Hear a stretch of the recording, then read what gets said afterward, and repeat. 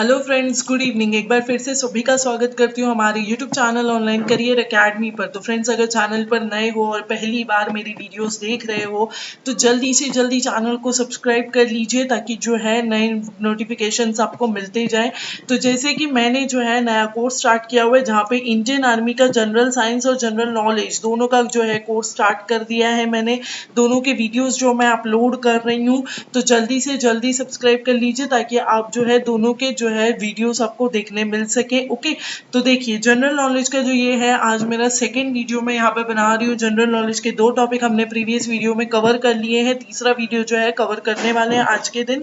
Okay, तो अगर आपको कुछ भी डाउट हो उन वीडियोस के रिलेटेड आप मुझे कमेंट सेक्शन में पूछ सकते हैं उन डाउट्स के बारे में, तो मैं वहाँ पे आपके डाउट जो है क्लियर करवा दूंगी। ओके, तो देखिए स्टार्ट करते हैं। तो आज का जो मेरा टॉपिक है वो है टर्मिनोलॉजीज। अगर मैं बात कर रही हूँ टर्मिनोलॉजीज यानी शब्दावलियों के बारे में, तो जो टर्म्स हम यूज कर रहे हैं उनके बारे में आज मैं बताने वाली हूँ कि आपको वो टर्म्स के ऊपर कैसे कैसे क्वेश्चंस पूछे जा सकते हैं आपके जनरल नॉलेज के पेपर में। ओके, तो ये जो है आर्मी के पेपर्स में ये क्वेश्चंस आपको पूछे जा सकते हैं, प्रीवियस ईयर में पूछे गए हैं और आगे भी आपको पूछे जा सकते हैं। इसीलिए मैं ये वीडियो बना रही हूँ ताकि आपको जो है इजी रहे आपको याद करने के लिए, क्योंकि आप जो है ये वीडियो 2-3 बार देखेंगे आपको ये सारे आंसर रट जाएंगे। आंसर्स के साथ साथ आपको कंसेप्ट भी क्लियर हो जाएगा यहाँ पे। ओके, तो देखिए अब अगर मैं बात कर रही हूँ टर्मिनोलॉजीज की, तो टर्मिनोलॉजी यानी शब्दावलियों का मतलब क्या होता है उसको मैं डेफिनेशन कैसे करूंगी। तो terminology can be defined as a study of different terms and their usage. अलग अलग टर्म्स को डिफाइन कर रहा है, अलग अलग टर्म्स को हम यूज करते हैं तो उनको क्यों यूज करते हैं, कैसे यूज करते हैं। अब अगर मैं बात करूँ टर्मिनोलॉजी, तो ये भी तो एक वर्ड ही है ना टर्मिनोलॉजी, जिसको मैं यूज कर रही हूँ, क्यों यूज कर रही हूँ, जिसके वजह से जिसकी हेल्प से मैं जो है अलग अलग टर्म्स के बारे में बात कर सकती हूँ, पता कर सकती हूँ, तो वो होती है टर्मिनोलॉजीज। अब देखिए जियोग्राफिकल टर्म्स की अगर बात करें तो वहां पे पहला आता है मेरा एग्रीकल्चर।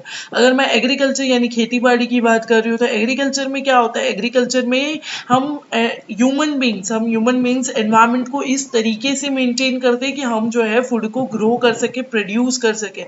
अब एग्रीकल्चर तो आप सभी को पता होगा कि खेती वगैरह जो लोग करते हैं वो एनवायरमेंट को, अब जैसे कि खेती हम बोलते हैं बारिश के सीजन में होगी या गर्मी के सीजन्स में होती है या कुछ प्लांट सर्दी के सीजन्स में होते हैं, तो वो कुछ ऐसे फूड प्रोडक्ट्स होते हैं जो पर्टिकुलर सीजन्स में ही होते हैं, पर्टिकुलर मानसून के टाइम पे होंगे या गर्मी के टाइम पे होंगे या सर्दी के टाइम पे होंगे, तो वो होते हैं एग्रीकल्चर। तो एग्रीकल्चर टर्मिनोलॉजी में किस लिए यूज कर रही हूँ, एग्रीकल्चर टर्मिनोलॉजी में यूज कर रही हूँ ये बताने के लिए कि हम ह्यूमंस यानी हम इंसान मैनेज कैसे करते हैं एनवायरमेंट को, जिससे हम जो है फूड को प्रोड्यूस कर सकते हैं। ओके, तो दूसरा टर्म मेरा यहाँ पे क्या बता रहा है, एसिड रेन। अगर मैं रेन की बात कर रही हूँ तो ये वो रेन होता है जिसमें पॉल्यूटेंट्स यानी जो पॉल्यूटेंट्स हमारे जो एनवायरनमेंट में प्रेजेंट होते हैं, जैसे कि सल्फर है, नाइट्रोजन ऑक्साइड है, कार्बन डाइऑक्साइड है, तो ये जो पॉल्यूटेंट्स होते हैं जो हमारी फैक्ट्रीज में से निकल रहे हैं। अब अगर मैं कोई भी फैक्ट्री की बात करूँ जहाँ पे कुछ भी चीजें बनती है, तो वो फैक्ट्रीज में से जो धुआं जो निकल रहा है, जो पॉल्यूटेंट निकल रहा है जैसे कि सल्फर है या नाइट्रोजन है, तो ये जो पॉल्यूटेंट होते हैं ये मिक्स हो जाते हैं एयर के साथ में और ये जो है रेन करते हैं, बारिश होती है इनकी वजह से, जिसको हम बोलते हैं हार्मफुल रेन और इसको हम बोलते हैं एसिड रेन। ओके, तो देखो जब बिन मौसम बारिश होती है या फिर जो हम बोलते हैं कि बारिश के सीजन की पहली दूसरी बारिश होती है, तो ये बारिश अच्छी नहीं होती है। क्यों? क्योंकि ये एसिड रेन होती है, क्योंकि यहाँ पे क्या होता है जो फैक्ट्रीज में से निकले हुए सल्फर और नाइट्रोजन ऑक्साइड है ये एक दूसरे के साथ में मिक्स होके ये वो बारिश में मिल जाते हैं जिसमें अगर हम भीगेंगे तो हमारी हेल्थ को जो है हार्म हो सकता है, इसीलिए बोलते हैं ये बारिश में आपको नहीं भीगना चाहिए।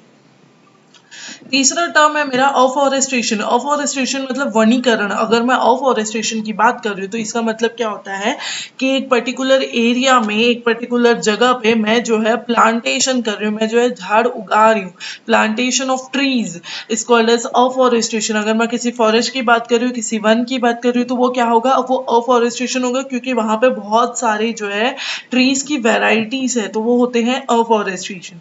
फिर दूसरा टर्मिनोलॉजी मेरा क्या है, एटमॉस्फेयर, वायुमंडल। एटमॉस्फेयर क्या होता है, एयर जो सराउंड करता है अर्थ को, इसको बोलते हैं एटमॉस्फेयर। अब हम जो है हमारे एटमॉस्फेयर बोल सकते हैं, क्योंकि हम जो है अर्थ में रहते हैं, तो अर्थ पे रहते हैं हम, तो हमारे पास जो है एयर होती है, इसीलिए हम बोलते हैं एटमॉस्फेयर अच्छा है, एटमॉस्फेयर बुरा है। दैट मीन्स एयर की बात कर रहे हैं हम। ओके, नेक्स्ट है हमारा बैरोमीटर। अगर मैं बैरोमीटर की बात करूं तो बैरोमीटर मेरे एटमॉस्फेरिक प्रेशर को जो है वो मेंटेन, जो मेजर करता है, नापने का मशीन होता है ये, जो एटमॉस्फेरिक प्रेशर को जो है मेजर करता है, नापता है, तो वो होते हैं बैरोमीटर। फिर आएगी बायोडाइवर्सिटी। बायोडाइवर्सिटी मतलब जैव विविधता। जैव विविधता में क्या होता है, बायोडाइवर्सिटी ये लार्ज वेराइटी ऑफ प्लांट्स और एनिमल्स उनके नेचुरल हैबिटेट में। अगर मैं बात कर रही हूँ बायोडाइवर्सिटी की, मतलब क्या होता है, हम भी बायोडाइवर्सिटी में ही आ रहे हैं। क्यों? क्योंकि हम जो है एनिमल्स और प्लांट्स, हम जो है ये हमारा अर्थ है, ये फुल ऑफ बायोडाइवर्सिटी है, इसमें बहुत सारी विविधता है, क्योंकि यहाँ पे प्लांट्स भी हैं, यहाँ पे एनिमल्स भी हैं, तो वो जो है नेचुरल हैबिटेट से भरा हुआ है, इसीलिए हम इनको बोलते हैं बायोडाइवर्सिटी। फिर देखिए बायोगैस। बायोगैस मतलब क्या होता है, प्रोडक्शन ऑफ मीथेन। मीथेन और कार्बन डाइऑक्साइड का प्रोडक्शन जो कहाँ से होता है, प्लांट के वेस्ट या क्रॉप के वेस्ट से होता है, तो उसे हम बोलते हैं बायोगैस। बायोगैस मतलब क्या होता है कि बायो मतलब जो है एकदम नेचुरल रेमेडी है, एकदम नेचुरल है। क्यों? क्योंकि ये जो है प्लांट के वेस्ट से और क्रॉप के वेस्ट से बन रहे हैं, इसीलिए ये एकदम नेचुरल होते हैं, इसीलिए हम इनको बोलते हैं बायोगैस। और बायोमास क्या होता है, बायोमास ये होते हैं total number of plants and animals. पूरे जो है, अगर मैं किसी स्पेसिफिक एरिया की बात कर रही हूँ, अगर मैं स्पेसिफिक मुंबई की बात कर रही हूँ, तो मुंबई में कितने प्लांट्स हैं और कितने एनिमल्स हैं, उनको अगर मैं टोटल करूंगी तो वो होते हैं मेरे बायोमास, कि मेरा बायोमास इंडेक्स इतना है इस एरिया का।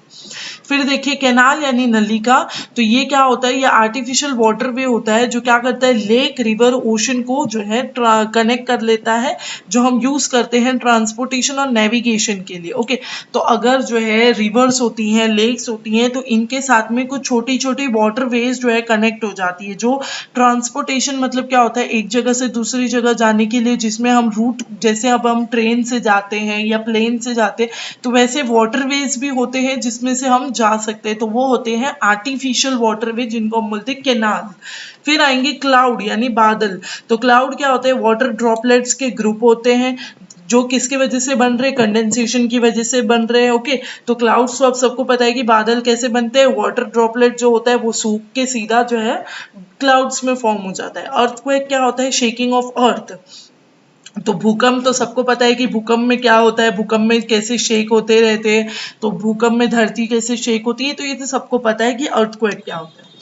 अब देखिए इकोलॉजी क्या होता है, इकोलॉजी यानी परिस्थिति की। तो इकोलॉजी ये स्टडी ऑफ लिविंग थिंग्स होते हैं और उनके रिलेशनशिप एनवायरनमेंट के साथ में।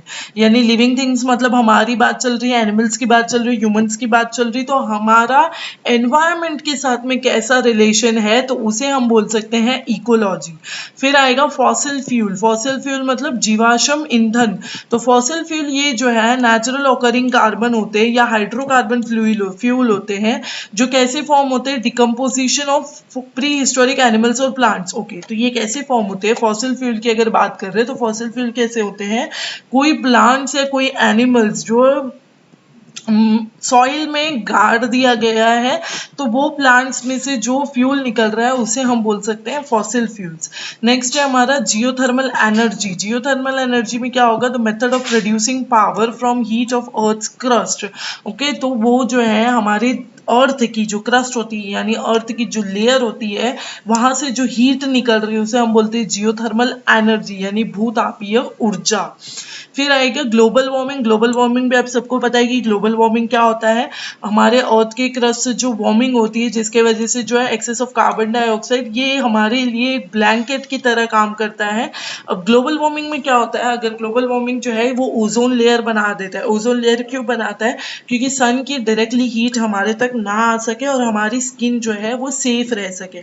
अगर नेचुरल हीट जो हमारी तरफ आ गई तो हमारी स्किन जो है जल जाएगी, बर्न हो जाएगी, तो उसकी वजह से जो है ग्लोबल वार्मिंग बहुत ही हेल्प करता है हमें प्रोटेक्शन में। फिर नेक्स्ट है हमारा हाइड्रोस्फीयर। अगर मैं हाइड्रोस्फीयर की बात करूं तो hydrosphere all the watery part of the earth is called hydrosphere, which include ocean, sea, lake, river etcetera. Okay, तो हाइड्रोस्फीयर क्या होते हैं, हाइड्रोस्फीयर ये वाटरी पार्ट होते हैं, मतलब जो एरिया, जो पार्ट में सिर्फ पानी प्रेजेंट हो उसे हम बोलते हैं हाइड्रोस्फीयर। मतलब क्या होते हैं, ओशन, सी, लेक, ये सारी जो है हाइड्रोस्फीयर के अंदर आते हैं। फिर आएगा रेन गॉज। रेन गॉज में क्या होता है, रेन गॉज हम क्यों यूज करते हैं, रेन गॉज ये एक मशीन होती है, ये एक इंस्ट्रूमेंट होता है जो हमें रेनफॉल यानी कितनी बारिश हुई है ये मेजर करने में काम आता है। हमें देखो पता चलता है कि इस एरिया में इतनी बारिश हुई है इतने महीनों में, तो ये किसकी वजह से होती है, रेन गॉज की वजह से हमें पता चलती है। फिर देखिए स्ट्रेटोस्फीयर क्या होता है, समताप मंडल लेयर जो है ट्रोपोस्फियर के नीचे और मेसोस्फियर और आयोनोस्फियर के ऊपर जो लेयर प्रेजेंट होता है उसे बोलते हैं हम स्ट्रेटोस्फियर। हमारे पास 7 लेयर्स होते हैं, मंडल बोलते हैं, 7 मंडल होते हैं, right. Troposphere, ionosphere, stratosphere, mesosphere, तो ये सारे कितने होते हैं, 7 होते हैं। तो जो स्ट्रेटोस्फियर है वो ट्रोपोस्फियर के नीचे और मेसोस्फियर और आयोनोस्फियर के ऊपर प्रेजेंट होता है। फिर टॉप सॉइल क्या होता है, टॉप सॉइल ये जो है अपर मोस्ट लेयर होता है अर्थ की क्रस्ट का, उसे हम बोलते हैं टॉप सॉइल।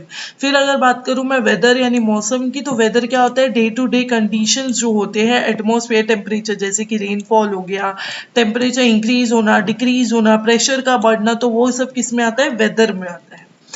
अब कंडेंसेशन क्या होता है, process of coolings of vapours into liquid. Okay, तो अब जैसे कि अभी धूप है, तो धूप में से जो जो धूप को प्रोसेस को जो कूल करता है उसे बोलते हैं कंडेंसेशन। कंडेंसेशन में मेरे वेपर्स जो है वो लिक्विड में फॉर्म हो जाते हैं, तो उसे हम बोल सकते हैं कंडेंसेशन। फिर आएगा कंजर्वेशन। कंजर्वेशन यानी संरक्षण। तो कंजर्वेशन क्या होता है, प्रिजर्वेशन और मैनेजमेंट नेचुरल एनवायरनमेंट का। ओके, तो हम बात करते हैं कि हम जो है फॉरेस्ट एनवायरनमेंट को कंजर्व करके रख रहे हैं, तो वो कैसे होता है, मैं क्या कर सकते हैं वहां पे, तो वहां पे जो है हम वहां के प्लांट्स को, वहां के एनिमल्स को जो है प्रिजर्व करके रखते हैं, संभाल के रखते हैं, या वहां पे मैनेजमेंट अच्छी से रखते हैं, जिससे हम जो है उनके काउंट्स जो है वो हमारे पास अच्छे से रहे कि कितने काउंट्स कम हुए कितने काउंट्स ज्यादा हुए, तो वो होते हैं कंजर्वेशन। ओके, तो प्रिजर्वेशन मतलब क्या होता है, संभाल के रखना, सेव करके रखना, प्रिजर्व करके रखना। फिर आएगा कॉन्टोर। कॉन्टोर यानी समोच्च।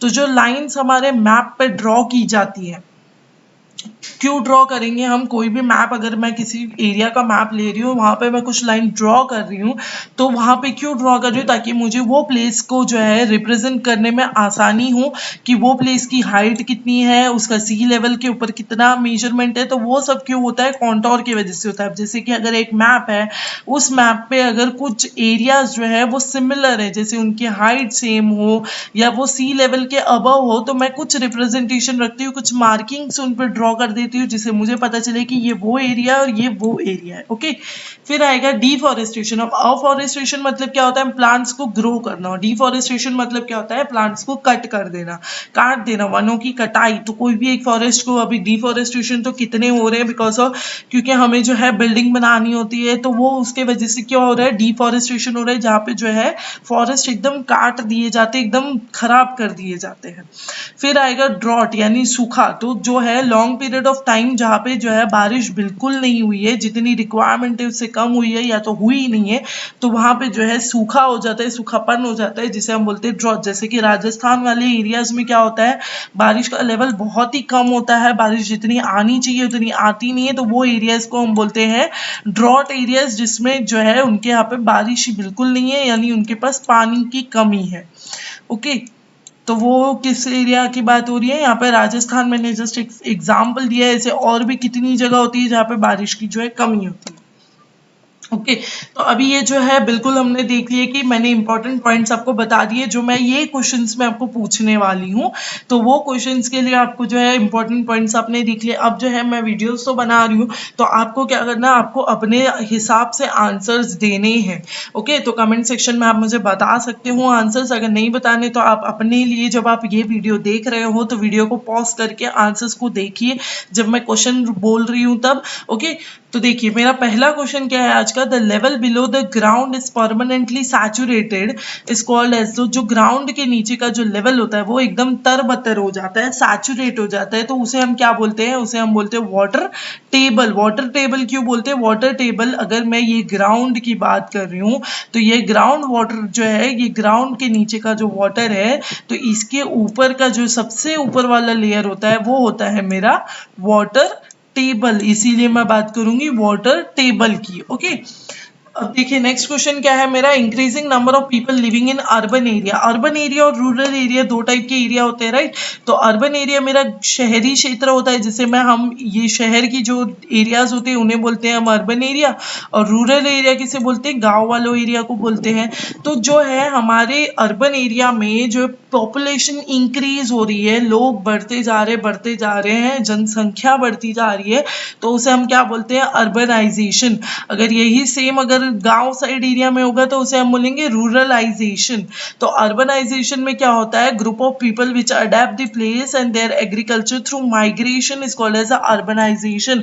अब गांव के लोग जो है मुंबई वगैरह जो है, मुंबई है, दिल्ली है, या जो शहर है वहां पे शिफ्ट होते जाते हैं, तो उनका क्या होता है, वो माइग्रेट कर रहे हैं, वो एक जगह से दूसरी जगह पे शिफ्ट हो रहे हैं, तो उसे हम बोलते हैं अर्बनाइजेशन।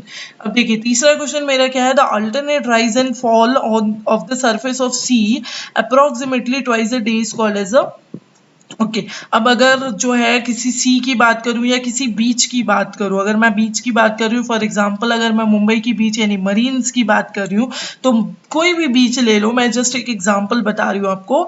तो वहां पे क्या होता है, राइज एंड फॉल का मतलब क्या हो रहा है, उतार चढ़ाव। तो वहां पे जो पानी का लेवल होता है वो कभी एकदम हाई हो जाता है फ्लो, और कभी एकदम लो हो जाता है। तो वो जो है राइज एंड फॉल मतलब उतार चढ़ाव जो है वो किस, उसको हम क्या बोलते हैं, वो उतार चढ़ाव का नाम क्या है, उसे हम क्या बोल सकते हैं। तो वो होते हैं टाइड्स यानी ज्वार। तो टाइड्स क्यों होते हैं, क्योंकि ग्रेविटी की वजह से, अब ग्रेविटेशनल पुल की वजह से क्या होता है, कभी पानी एकदम कम हो जाता है, कभी पानी एकदम ज्यादा हो जाता है। ओके, तो वो होता है ग्रेविटेशनल पुल की वजह से। अब देखिए फोर्थ क्वेश्चन मेरा क्या है, the mixture of smoke, smoke यानी धुआं, and fog is called as, अब ये दोनों का मिक्सचर जो है उसे हम क्या बोलते हैं। अब स्मोक तो आप सबको पता होगा कि धुआं किसे बोलते हैं, लेकिन फॉग क्या होती है, सर्दी के सीजन्स में आप देख सकते हैं, अब मुंबई साइड एरिया में तो कम ही दिखते हैं, मगर लद्दाख वगैरह जो एरिया होते हैं या दिल्ली होती है, तो वहां पे क्या होता है, सर्दी के सीजन में अगर आप सुबह 3 बजे या 4 बजे की बात कर रहे हो, तो वहां पे आपको कुछ नहीं दिखता है, बिल्कुल वाइटिश वाइटिश दिखता है। तो वो किसकी वजह से होता है, वो फॉग की वजह से होता है। तो जो मिक्सचर होता है मेरा स्मोक और फॉग का, उसे क्या बोलेंगे हम, स्मॉग। स्मॉग जो है वो बहुत ही डेंजरस होता है, क्यों, क्योंकि जब वहां पे फॉग में थोड़ा थोड़ा तो हमें दिखता है, धुंधला धुंधला ही सही, लेकिन कुछ तो दिखता है। लेकिन जब स्मॉग वाला टाइम हो जाता है तो वहां पे जो है बिल्कुल कुछ नहीं दिखता है। तो वो एरियाज में बोलते हैं ना, रात के टाइम पर ड्राइविंग करना बहुत डिफिकल्ट हो जाता है, या सुबह अर्ली टाइम में ड्राइविंग करना डिफिकल्ट हो जाता है। वो किसकी वजह से होता है, स्मॉग की वजह से होता है, क्योंकि वहां पे जो है ड्राइवर्स को बिल्कुल नहीं दिखता है, तो ड्राइव करना बहुत ही डिफिकल्ट होता है। अब देखिए फिफ्थ क्वेश्चन मेरा क्या है, द स्टडी ऑफ अर्थक्वेक, अगर मैं भूकंप की पढ़ाई कर रही हूँ तो उसे क्या बोला जाता है, तो उसे बोला जाता है सिस्मोलॉजी यानी भूकंप विज्ञान।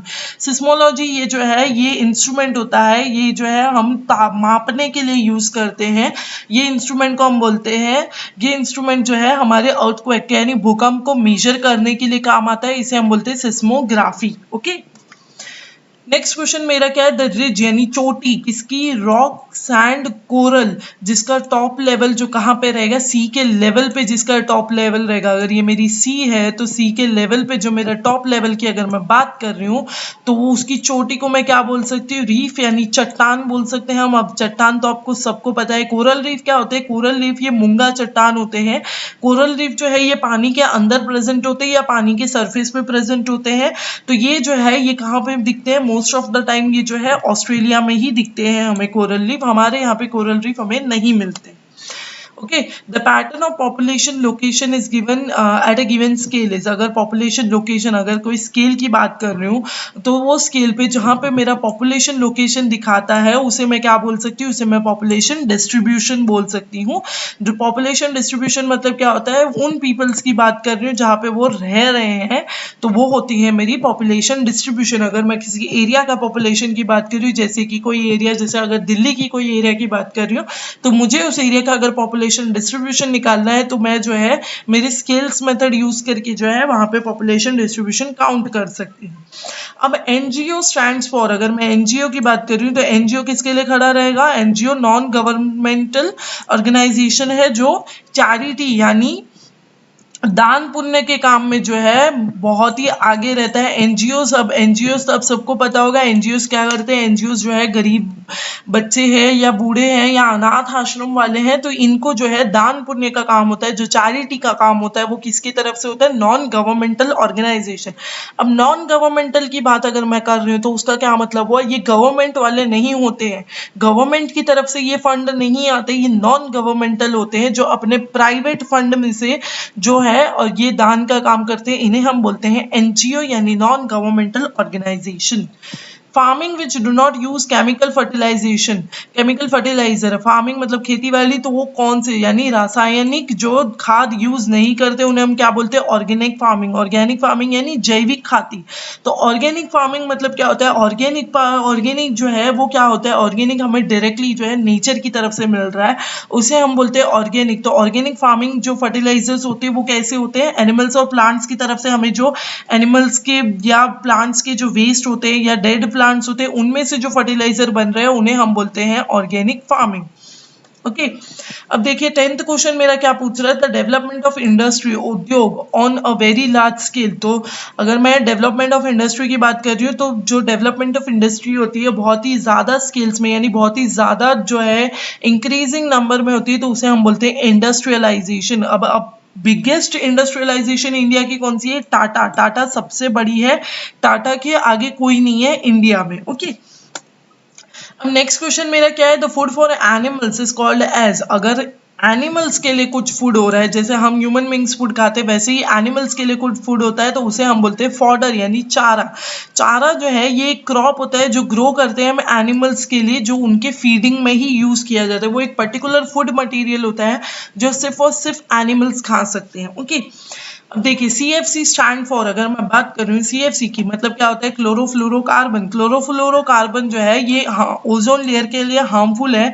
क्यों, क्योंकि ये बहुत ही ज्यादा केमिकल होता है, इसीलिए हम जो है इसको बोलते हैं क्लोरोफ्लोरोकार्बन। क्लोरोफ्लोरोकार्बन जो है ये अपने ओजोन लेयर के लिए यानी हमारे लिए बहुत ही हार्मफुल होता है, क्योंकि इसमें केमिकल जो है वो बहुत ही ज्यादा क्वांटिटी में प्रेजेंट होते हैं।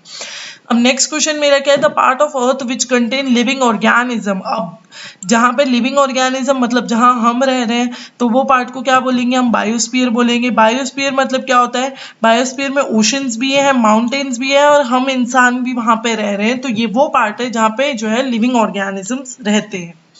The art science of making map is called as. Map बनाना, मैप बनाने का आर्ट जो है उसे हम बोलते हैं कार्टोग्राफी यानी नक्शा नवीसी। तो नक्शा बनाने की जो ग्राफ होती है, जो नक्शा बनाने का आर्ट होता है, अब मैप भी तो कहीं से बन रहे होंगे ना, तो जो ये फील्ड में काम करते हैं, जो कार्टोग्राफी में काम करते हैं, वो जो है नक्शा बनाते हैं। अब जो है ये चाइना के पर्सन है पी सी यू जो है ये वो पर्सन है जिन्होंने कार्टोग्राफी बनाई हुई है, नक्शे बनाए हुए हैं। Okay the soil and the rock layer of the अर्थ, मतलब जो सॉइल यानी जो मिट्टी और जो पत्थर जो हम बोल सकते हैं रॉक लेयर ऑफ अर्थ को बोलते हैं लिथोस्फीयर। अब लिथोस्फीयर, ट्रोपोस्फीयर, एक्सोस्फीयर, आयनोस्फीयर ये सभी के सभी जो है हमारे वायुमंडल के लेयर्स हैं जो अलग अलग काम करते हैं। तो लिथोस्फीयर यानी स्थल मंडल जो है ये जो है सॉइल और रॉक से बना हुआ है। ओके और ये 4th पार्ट होता है लैंड का, 4थे नंबर पे आता है ये। ओके अब देखिए मेरा 16th क्वेश्चन क्या है, द शेप ऑफ स्टेट और नेशन इज कॉल्ड एज। कोई भी स्टेट का या कोई भी नेशन का शेप की अगर मैं बात कर रही हूँ तो वो क्या होता है, आकृति विज्ञान यानी मॉर्फोलॉजी। तो 3.287 मिलियन किलोमीटर स्क्वायर जो है ये इंडिया की मॉर्फोलॉजी है यानी आकृति विज्ञान है। ओके अ चेन ऑफ और set of islands group together, अगर दो या दो से ज्यादा आइलैंड्स एक साथ आ रहे हैं तो उन्हें हम क्या बोल सकते हैं, उन्हें हम बोलते हैं आर्कीपेलागो यानी द्वीप समूह। द्वीप समूह मतलब आइलैंड जो है वो एक साथ आ रहे हैं, तो आर्कीपेलागो जो है ये 180 आइलैंड का एक ग्रुप है जो कहाँ पे बना है, बरमूडा में बना है। 180 आइलैंड, आइलैंड यानी द्वीप, तो 180 द्वीप का एक बना हुआ है आर्कीपेलागो जो कहाँ पे लोकेटेड है, बरमूडा में लोकेटेड है।